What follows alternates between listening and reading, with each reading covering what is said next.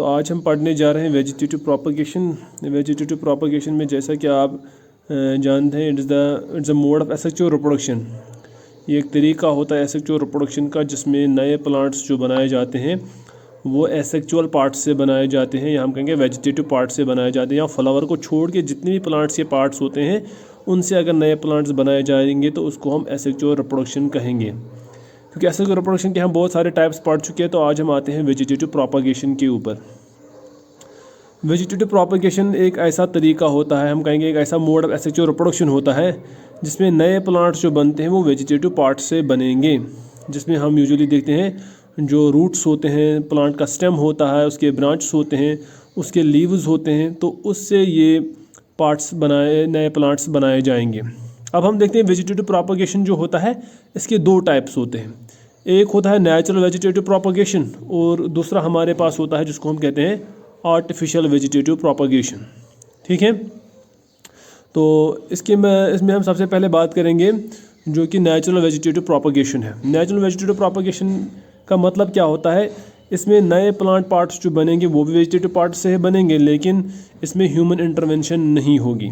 Suppose जैसे कि हम देखते हैं कि ट्यूबरस रूट्स जो स्वीट पोटैटो के होते हैं, स्वीट पोटैटो एक प्लांट है जिसके ट्यूबरस रूट्स होते हैं, हम कहेंगे जो ज़मीन के अंदर अंडरग्राउंड स्टोरेज स्ट्रक्चर्स होते हैं, उनसे नए प्लांट्स ग्रो किए जा सकते हैं। इसी तरह हम देखते हैं गवा प्लांट जो हमारे पास है, गवा प्लांट इसके रूट्स के ऊपर से बड्स होते हैं जिनसे नए प्लांट्स ग्रो हो सकते हैं। इस तरह जैसे हमारे पास प्याज या गार्लिक जिसको हम लहसुन बोलते हैं, उनके बल्ब्स जो होते हैं उनसे भी नए प्लांट्स ग्रो किए जा सकते हैं, तो ये भी नेचुरली होता है। इसी तरह हम देखेंगे ब्रायोफाइलम जो एक प्लांट हमारा है उसके लीव्स के ऊपर छोटे छोटे बड्स होते हैं। जो ही ये लीव्स ज़मीन पे पड़ जाते हैं तो उन लीव्स के बड्स से नए प्लांट्स ग्रो होते हैं। उसके बाद आते हैं हम आर्टिफिशियल वेजिटेटिव प्रोपगेशन के ऊपर। आर्टिफिशियल वेजिटेटिव प्रोपगेशन में जैसा कि आप देख सकते हैं, इसमें हम आर्टिफिशियल तरीके से हम ह्यूमन मेड तरीके से नए प्लांट्स ग्रो कर लेते हैं। ठीक है, तो इसलिए हम कहेंगे कि artificial vegetative propagation refers to the development of new plants by means of human intervention.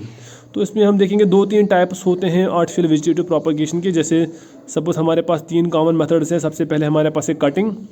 तो कटिंग में क्या किया जाता है, इसमें छोटे छोटे pieces, in this method small piece of plants like stem, root और लीफ कॉल्ड कटिंग्स। तो इनको हम कटिंग्स बोलते हैं। हम प्लांट के छोटे छोटे स्टेम या रूट या लीफ के छोटे पार्ट्स ले लेंगे जिनको हम कटिंग्स कहेंगे, और उनको हम नेचुरली वेट सॉइल में डाल देते हैं। नेचुरल पोजीशन में इसको खड़े ऐसे ज़मीन में डाल देंगे जो वेट सॉइल होगी जिसमें थोड़ा मॉइस्चर होगा।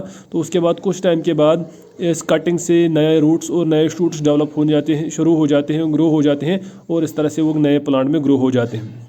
इसके बाद हमारे पास है लेयरिंग। तो लेयरिंग में क्या होता है, ये भी एक आर्टिफिशियल तरीका होता है जिसमें हम प्लांट के एक ब्रांच को बेंड करते हैं ज़मीन के ऊपर। ठीक है, और उसके बाद इसको हम नए प्लांट में डेवलप कर लेते हैं और उसके बाद इसको पेरेंट प्लांट से अलग कर देते हैं। जैसे हम देख रहे हैं कि यहाँ पे इसमें प्लांट की ब्रांच को हम बेंड कर देते हैं, और उसके बाद जब इसको बेंड किया जाता है तो उसको सॉइल के नीचे हम कवर कर लेते हैं, सॉइल इसके ऊपर डाल देते हैं, और जहाँ से इसको हमने कवर किया है वहाँ से इसमें रूट्स पैदा हो जाते हैं। तो कभी कभी हम इस ब्रांच को बेंड करके ज़मीन के नीचे लेके आते हैं, ज़मीन के नीचे लेके आएंगे, और उसके बाद वहाँ पे हम देखेंगे कि वहाँ पे इस लेयर के नीचे से, यहाँ पे हमने लेयरिंग की थी, वहाँ से रूट्स डेवलप होने शुरू हो जाते हैं। ठीक है, जो ही रूट्स डेवलप शुरू हो जाते हैं हम इसको कट कर देते हैं, और इस कट पार्ट को हम नए प्लांट में ग्रो कर सकते हैं। तो कभी कभी ज़मीन के नीचे हम ज़मीन पे लेके आते हैं इसको, और इसको ऊपर से सॉइल से कवर कर देते हैं, तो उसको हम माउंट लेयरिंग कर देते हैं। कभी कुछ प्लांट्स होते हैं जो बड़े हार्ड होते हैं, जिनकी ब्रांचेस नहीं नीचे तक आ जाती है, उनको एयर में ही हम उनके बाहर से सॉइल का कवर कर देते हैं और वहाँ से उसके रूट्स डेवलप करवा देते हैं, तो उसको हम कहते हैं एयर लेयरिंग।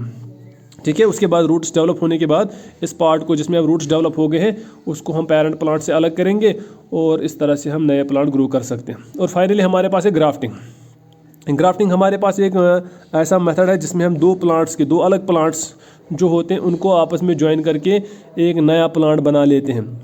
इसमें हम यूजुअली जो ऐसा प्लांट पार्ट जिसका रूट सिस्टम हम इस्तेमाल करते हैं उसको हम स्टॉक कहते हैं, और जिसका ऊपर वाला हिस्सा हम इस्तेमाल कर रहे हैं, जैसे कि आप इस डायग्राम में देख रहे हो, जिसमें जो ऊपर वाला पार्ट है उसको सियान बोलते हैं, और नीचे वाला हिस्सा जो होता है उसको हम स्टॉक कहते हैं। स्टॉक और सियान को आपस में ज्वाइन करके यूजुअली एक नया प्लांट ग्रो किया जाता है। जब इनको ज्वाइन कर लेते हैं तो उनको बाहर से किसी वैक्स से या किसी क्ले की मटेरियल से या फिर पॉलीथीन से इसको एयर टाइट बना लेते हैं, ताकि इसमें इवापोरेशन वहाँ से ना हो, इसमें कोई इन्फेक्शन ना हो। और फाइनली कुछ समय के बाद ये दोनों पार्ट्स जो होते हैं, जो दो डिफरेंट प्लांट्स के पार्ट्स होते हैं, वो एक दूसरे के साथ जुड़ के एक नए प्लांट में कन्वर्ट हो जाते हैं, एक नए प्लांट की शक्ल में ग्रो किए जाते हैं। तो ये होती है ग्राफ्टिंग।